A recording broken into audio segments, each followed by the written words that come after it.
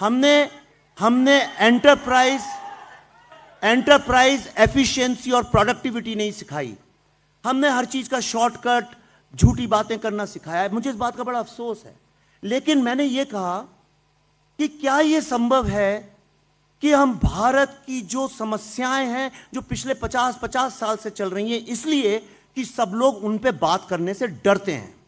हमने ऐसा नहीं है कश्मीर पे फिल्में नहीं बनाई हैं।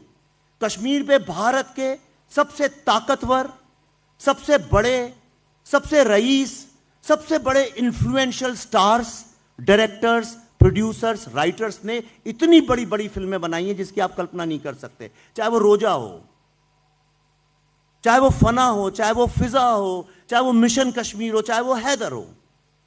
ये सारी की सारी फिल्में 1990 के ही दशक में बनी हुई हैं, उसी टाइम फ्रेम में बनी हुई हैं। पर इन फिल्मों में कश्मीरी हिंदुओं का जिक्र तक नहीं है, जैसे वो हुआ ही नहीं।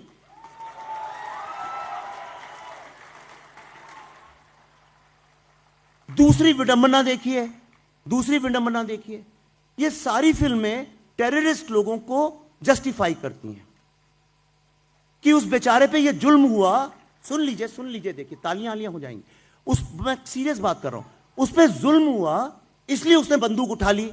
दलितों पे इतना जुल्म होता है, वो क्यों नहीं बंदूक उठाते? गरीब व्यक्ति पे इतना जुल्म होता है, वो क्यों नहीं बंदूक उठाता? लेकिन किसी ने इस सवाल को एड्रेस नहीं किया। भारत का हर व्यक्ति यह सवाल पूछना चाहता था।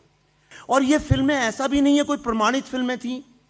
किसी राइटर या डायरेक्टर ने जाके अपने जीवन के कुछ महीने आतंकवादियों के घर में उनके साथ बिताए होते और 50-60 लोगों की मानसिकता समझी होती और तब कहते हां, ये मैं मानने को तैयार था।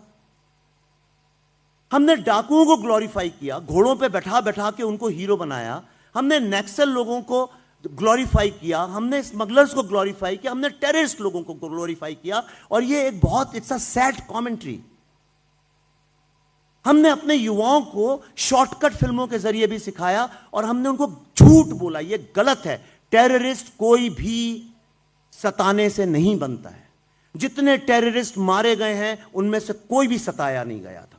यासीन मलिक को किसी ने नहीं सताया, हफीज सईद को किसी ने नहीं सताया, बुरहान वानी को किसी ने नहीं सताया, अफजल गुरु को किसी ने नहीं सताया। और मुझसे ज्यादा कश्मीर पे किसी के पास रिसर्च भी नहीं है।